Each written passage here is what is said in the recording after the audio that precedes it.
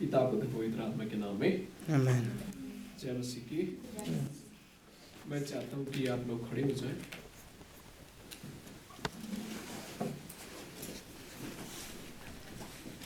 एक दूसरे की ओर मुड़े, थोड़ा मुस्कुराते हुए वेलकम करें।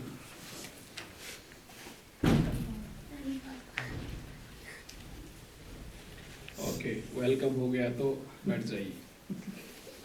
Thank you.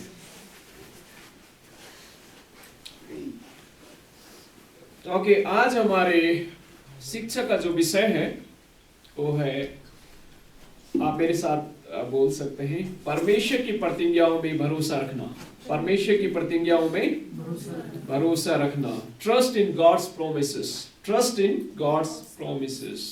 परमेश्वर की प्रतिज्ञाओं में भरोसा रखना। मैं इस प्रकार से शुरू करना चाहता हूँ। मैं हाल में ही इसको स्टडी किया और एक स्टोरी जब मैं पढ़ रहा था, एक मम्मी और एक माँ और उसका छोटा सा बच्चा, वो क्यूट सा बच्चा। ये लोग शॉपिंग के लिए एक मॉल में जाते हैं और जब ये शॉपिंग के लिए जाते हैं और मॉल में वहां पर वो शॉपिंग कर रहे होते हैं, तो जो वहां का मैनेजर था उसने इस क्यूट से बालक को देखा, सुंदर से बालक को देखा। और जब इस बालक को उसने देखा तो उसे लगा कि ये बहुत सुंदर लड़का है और इसको कुछ स्वीट्स देनी चाहिए। तो शॉपकीपर ने कहा, बेटा ये स्वीट्स ले लो, यहाँ से ये मिठाई ले लो। तो बच्चा ने नहीं लिया। तो उसने कहा कि ये बड़ा क्यूट सा लड़का है, ले ही नहीं रहा। फिर उसने दोबारा इसके पास आया, कहा, बेटा ये जो स्वीट्स है ना, ले लो, आप क्यों नहीं ले रहे? तो फिर भी उसने लिया नहीं। तो माँ ने कहा, बेटा ले लो। फिर भी बच्चे ने लिया नहीं। तो इसको मन में था कि इस बच्चे को देना ही है। तो उसने क्या किया, मैनेजर ने अपने हाथ से स्वीट्स निकाली और उसके हाथ में रखा और बड़ी खुशी से इस बालक ने वो ले ली। तो ये सब चीजें दृश्य देखते हुए माँ भी चुप रही है।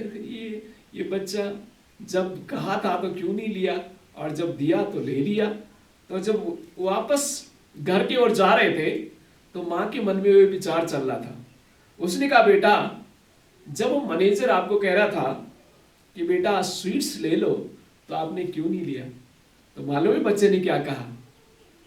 थोड़ा मुस्कुराते कहा, माँ देखो ना मेरे छोटे छोटे हाथ, अगर मैं लेता तो क्या थोड़ी सी मिठाई आती, लेकिन उस शॉपकीपर ने अपने बड़े हाथ से दिया और खूब मेरे हाथ में आ गई। ये एक स्टोरी है, लेकिन वास्तविक संदेश आपके लिए मेरे लिए क्या है? परमेश्वर की प्रतिज्ञा में भरोसा रखना। परमेश्वर आपको मुझे खूब आशीष देना चाहते हैं, खूब बरकत हमारे जीवन में देना चाहते हैं, लेकिन कई बार आप और मैं इंतजार नहीं करते हैं। कई बार आप और मैं समय का इंतजार नहीं करते। जैसे छोटा सा बालक थोड़ा इंतजार करता रहा, इंतजार किया था, खूब उसे मिल गया। आप और मैं जल्दी चीजों को पाना चाहते हैं, लेकिन परमेश्वर का वचन जो आज हमारे बीच में 4 बाइबल के पाठ पढ़े गए, उसमें आज का जो सीखने का पाठ हमारे लिए रहेगा वो है परमेश्वर में भरोसा रखना, है परमेश्वर की प्रतिज्ञाओं में भरोसा रखना। परमेश्वर हमें भरोसा रखना सिखाता है, और जब आप और मैं परमेश्वर में भरोसा रखते हैं वो बहुत की आशीष देता है। आज जो पहला भाग हमारे बीच में पढ़ा गया वो था उत्पत्ति, उसका 17 अध्याय। और कुछ वचन मैं आपके लिए पढ़ना चाहता हूँ। 17 अध्याय का मैं जस्ट एक वचन आपके लिए पहले पढ़ूंगा। इस प्रकार से लिखा है, जब अब्राहम 99 वर्ष का हो गया, तब यहोवा ने उसको दर्शन देकर कहा, मैं सर्वशक्तिमान ईश्वर हूं, मेरी प्रतिज्ञाओं में चल और सिद्ध होता जा। ओके, मैं वचन 15 से पढ़ना चाहता हूं। 15 में इस प्रकार से लिखा है, फिर परमेश्वर ने अब्राहम से कहा, तेरी जो पत्नी सारा है उसको तू अब सारे ना कहना, उसका नाम सारा होगा। मैं उसको आशीष दूंगा और तुझको उसके द्वारा एक पुत्र दूंगा, और मैं उसको ऐसी आशीष दूंगा कि वह जाति जाति की मूल माता हो जाएगी। और उसके वंश में राज्य राज्य के राजा उत्पन्न होंगे। तब अब्राहम मुंह के बल गिर पड़ा और हंसा और मन ही मन कहने लगा, क्या 100 वर्ष के पुरुष के भी संतान होगी? और क्या सारा जो 99 वर्ष की है पुत्र जनेगी? और परमेश्वर ने अब्राहम से कहा, ओके, वचन मैं आपके लिए जिस वचन 21 में पढ़ना चाहता हूं, परंतु मैं अपनी वाचा इसहाक ही के साथ बांधूंगा जो सारा से अलग अगले वर्ष के इसी नियुक्त समय में उत्पन्न होगा।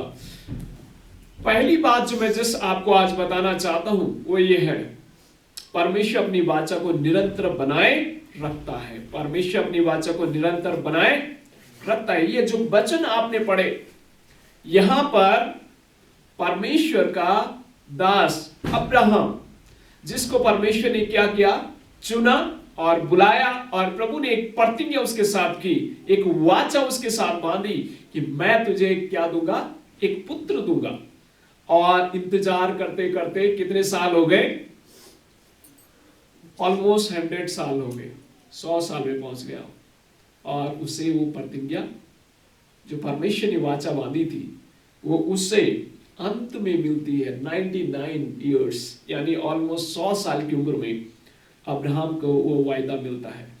आप हमें जब परमेश्वर के प्रतिज्ञाओं में भरोसा रखते हैं, समय लगेगा लेकिन परमेश्वर कभी फेल नहीं होता है, परमेश्वर कभी असफल नहीं होता है, परमेश्वर कभी झूठ नहीं बोलता है। अब्राहम यहां पर स्वयं कहता है, हंसता भी है 17 वचन में, तब अब्राहम मुंह के बल गिर पड़ा और हंसा और मन ही मन कहने लगा, क्या 100 वर्ष के पुरुष की भी संतान होगी? और क्या सारा जो 99 वर्ष की है पुत्र जनेगी? एक सवाल उसके मन में था। किसके? अब्राहम के मन में एक सवाल उसके मन में था, क्या परमेश्वर, अब मैं ऐसी अवस्था में पहुंच गया हूं जहां पर बायोलॉजिकली अब नहीं हो सकता है, असंभव है।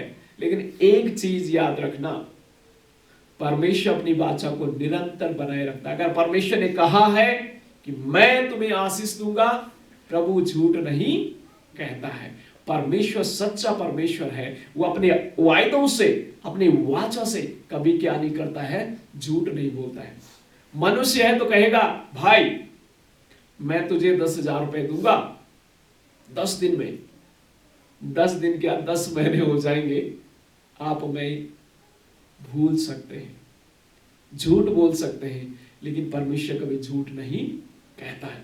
तो एक चीज जो आज सुबह के समय में मैं अब्राहम के जीवन से आपको समझाना चाहता हूं, सिखाना चाहता हूं, ये है, परमेश्वर जिसको बुलाता है, परमेश्वर जिससे वायदा करता है, उस वायदा को कभी भी परमेश्वर झूठा नहीं होने देता है।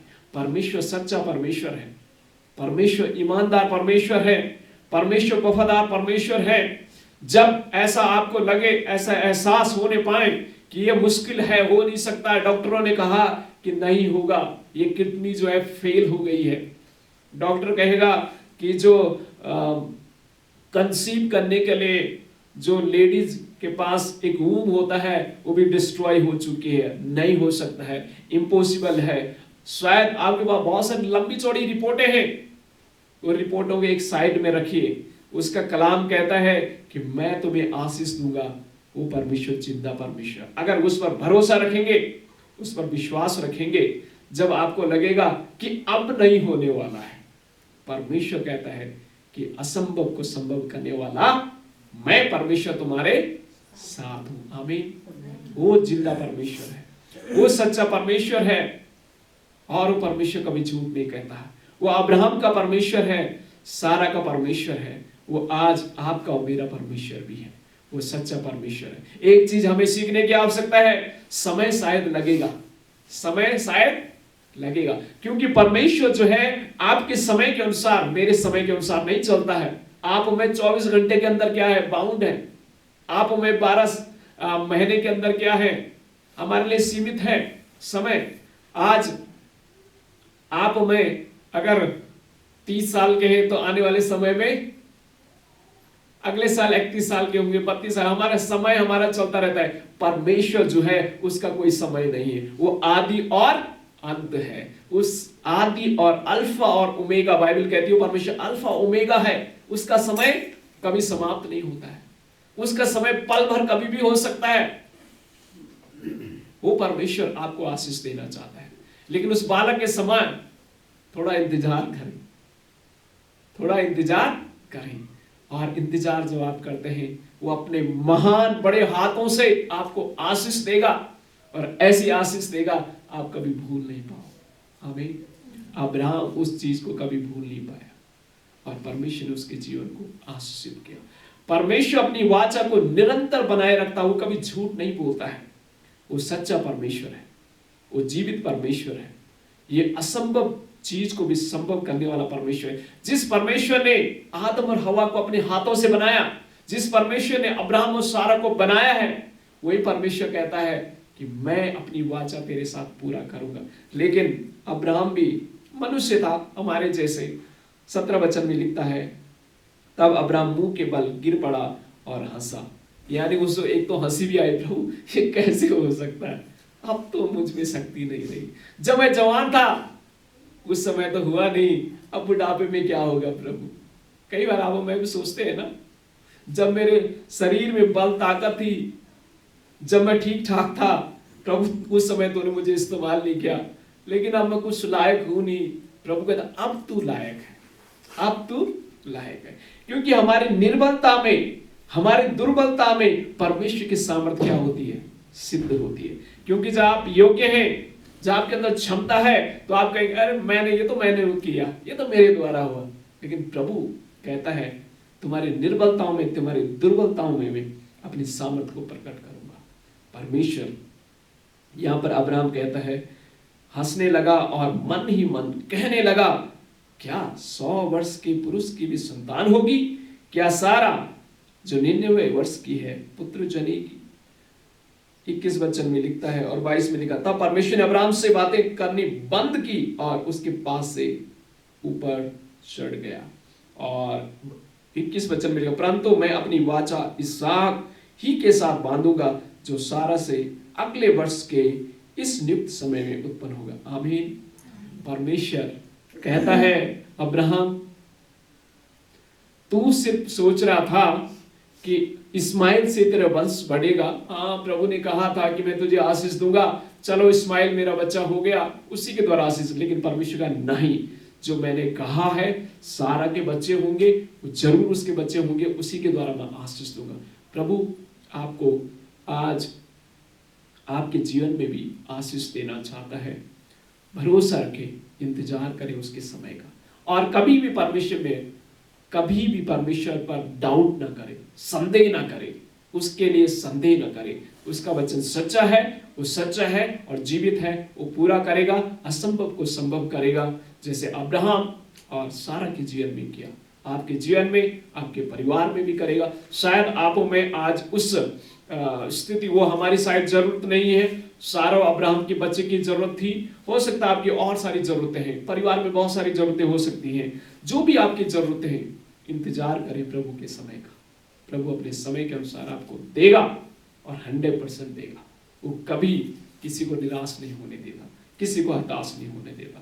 तो एक बात जो आपको मुझे अब्राहम के जीवन और सारा के जीवन से सीखनी है, वो ये है, परमेश्वर अपनी वाचा को निरंतर बनाए रखता है। और प्रभु ने अगर अब्राहम को कहा था, सारा को कहा था, प्रभु ने उन्हें दिया और आपको भी देगा। जो आपकी जरूरतें हैं वो 100% आपको देगा। इस चीज को हमें सीखने की आवश्यकता है। और एक चीज याद रखें, भरोसा रखें परमेश्वर पर, इंतजार करें उसका समय का, तो निश्चित परमेश्वर में देगा। ओके, दूसरी बात, जो भजन संहिता उसका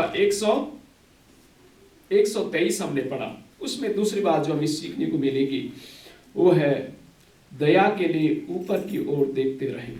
दया के लिए ऊपर की ओर देखते रहें। Keep looking upward for mercy. और ये भजन जो है बहुत ही सुंदर भजन, भजन 123 बहुत ही सुंदर भजन। मैं जैसे आपके लिए पढ़ना चाहता हूं इस भजन को।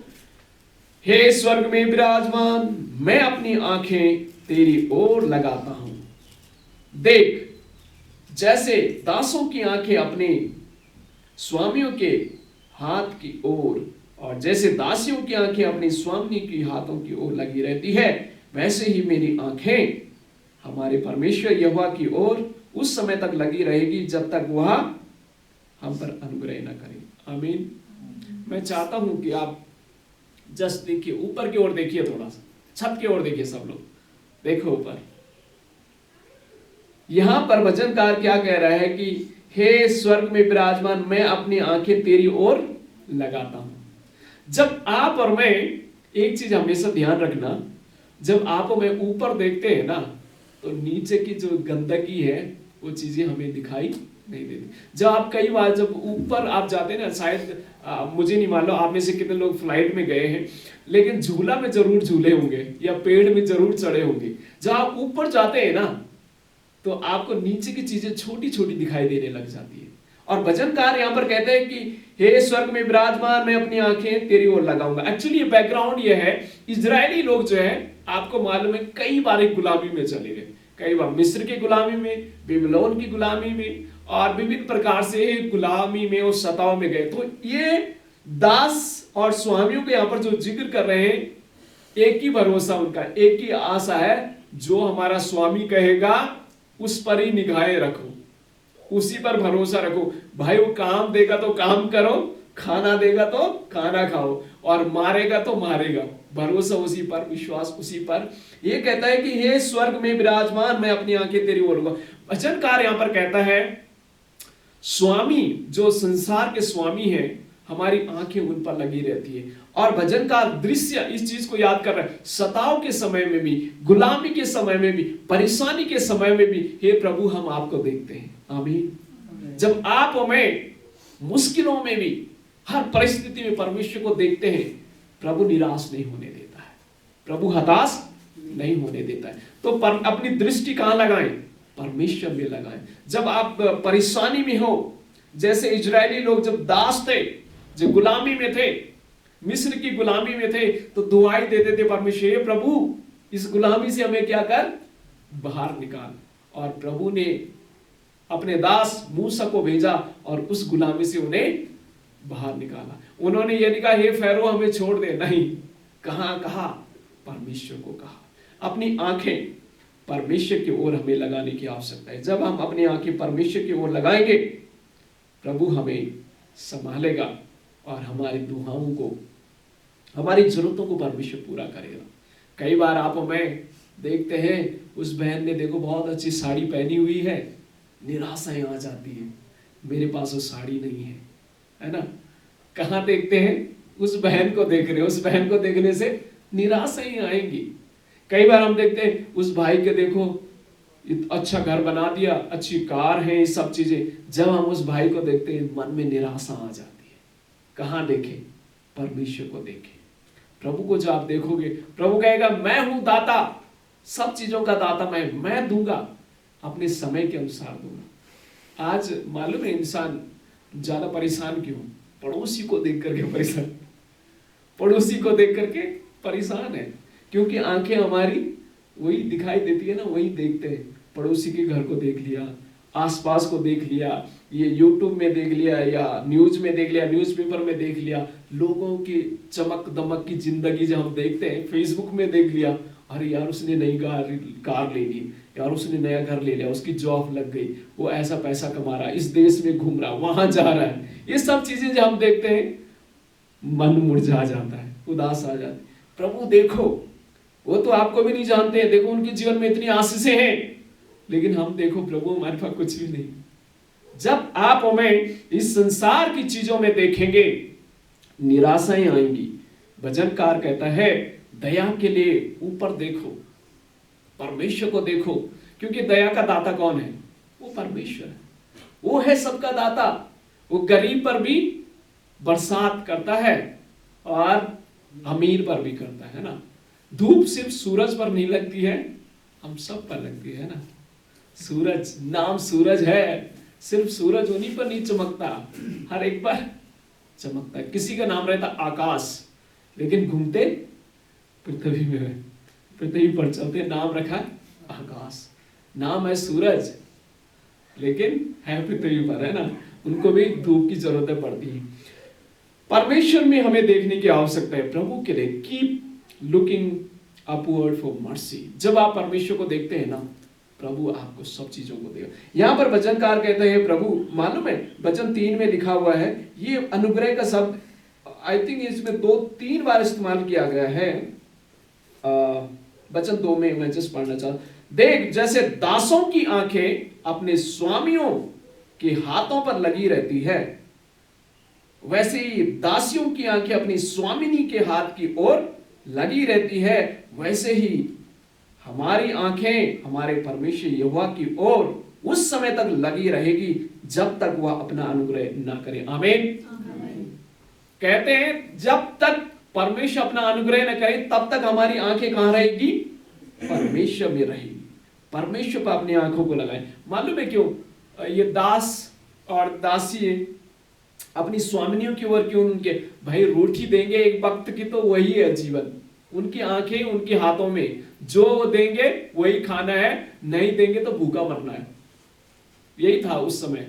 दासों की जिंदगी ये थी, स्वामी के हाथ में थी दासों की जिंदगी। अगर स्वामी उनसे फेवर करते, अनुग्रह करते, उनकी जिंदगी संवर गई। अगर स्वामी का अनुग्रह नहीं हुआ तो जिंदगी खत्म हो गई। तो यहां पर वो कहते हैं इससे भी बढ़ करके प्रभु कहते हैं वैसे ही हमारी आंखें हमारे परमेश्वर की ओर उस समय तक लगी रहेगी जब तक वो अपना अनुग्रह न करे। कोई ऑप्शन नहीं है आपके लिए मेरे लिए, परमेश्वर को निहारे, प्रभु के अनुग्रह के लिए मांगे परमेश्वर, प्रभु अपना अनुग्रह मेरे जीवन में कर। और प्रभु जो अनुग्रह करता है ना, तो कोई उसको छीन नहीं सकता है। प्रभु ने जो अनुग्रह अब्राहम के जीवन में किया तो कोई उसे बदल नहीं सकता है, जो आपके जीवन में करेगा। और परमेश्वर ने ऐसा अनुग्रह किया, लिखा है वचन में लिखा है कि परमेश्वर ने उसके वंश को ऐसी आशीष दी बालू के किनकों के समान। बालू के किनके मालूम है? आप गिन नहीं सकते उसे। परमेश्वर ने ऐसी आशीष अब्राहम को दी।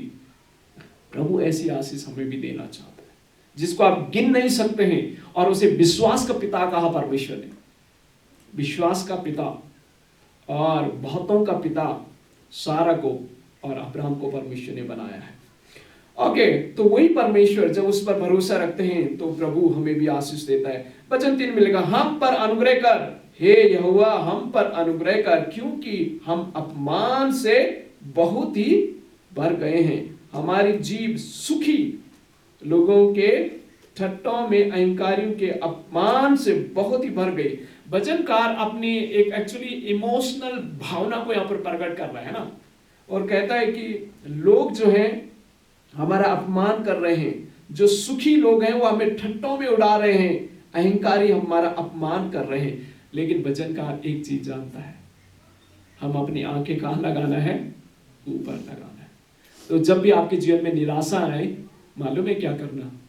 जब आप किसी बहन की अच्छी साड़ी बगल में देखो, अच्छे कपड़े, सोना, ज्वेलरी देखो, ऊपर उठा करके प्रभु कहना, प्रभु धन्यवाद, मुझ पर भी अनुग्रह करे, मुझ पर भी अनुग्रह करे। प्रभु करेगा, प्रभु करेगा। निराश नहीं होना है ना, निराश नहीं होना। जब भी हम किसी के जीवन में देखें, आसपास देखने से हमेशा निराशा ही आएंगी, क्योंकि संसार आपको मुझे कुछ नहीं दे सकता है, ये सिर्फ निराशा ही दे सकता है, ये आशा नहीं दे सकता है। क्यों ना अपनी आंखें उठाएं और प्रभु का धन्यवाद करें। प्रभु धन्यवाद, आप अपना अनुग्रह मुझ पर भी करें, मुझ पापी पर भी अपना अनुग्रह करें। और प्रभु जब अनुग्रह करता है तो वो कोई नहीं उसे छीन सकता है। तो जब भी मुश्किलें जीवन में आए, जब भी परेशानी है, अपना आंखें परमेश्वर की ओर लगाएं। और इब्रानी की पत्री, मैं जस्ट चाहता हूं कि रंजू मैडम इब्रानी उसका 12 उसका 2 वचन पढ़े। और वहां पर बहुत सुंदर बातें लिखी हुई हैं कि हमें अपनी आंखें कहां लगाने की आवश्यकता है। और विश्वास के कर्ता और सिद्ध करने वाले यीशु की ओर ताकते रहे। हाँ, किसके ओर ताकना है? सिद्ध करने वाला। सिद्ध करने वाला मतलब क्या होता है?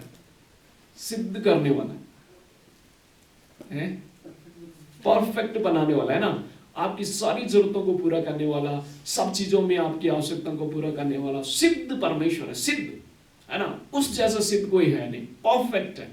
हाँ प्लीज आगे पढ़िए। जिसने उस आनंद के लिए जो उसके आगे धरा था लज्जा की चिंता ना करके क्रूस का दुख सहा और परमेश्वर के सिंहासन की दाहिनी ओर जा बैठा। आमीन। आमीन। आप और मैं दाहिनी ओर तो जा बैठना चाहते हैं, लेकिन दुख को लेना नहीं चाहते, है ना, मुश्किल को लेना नहीं चाहते, हम सुखी जिंदगी जीना चाहते हैं। परमेश्वर प्रभु यीशु मसीह पर अपनी दृष्टि लगाएं, और अपनी दृष्टि परमेश्वर में जब आप और मैं लगाएंगे तो आपको मुझे साहस मिलेगा, हिम्मत मिलेगा कि प्रभु इन दुखों में से, इन चुनौतियों में से होकर के गुजरे हैं, और वही मुझे हिम्मत देगा, वही मुझे साहस देगा, वही मुझे बल देगा, ताकि इस मुश्किल समय पार हो सकूं, और आप और मैं फिर निराश नहीं होंगे, क्योंकि हमें साथ देने वाला कौन हमारे साथ है?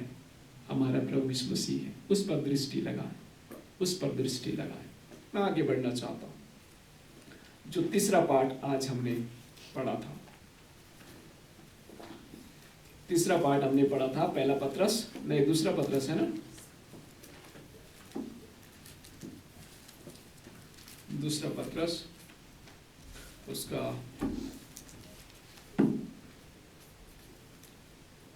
1 वचन से लेकर,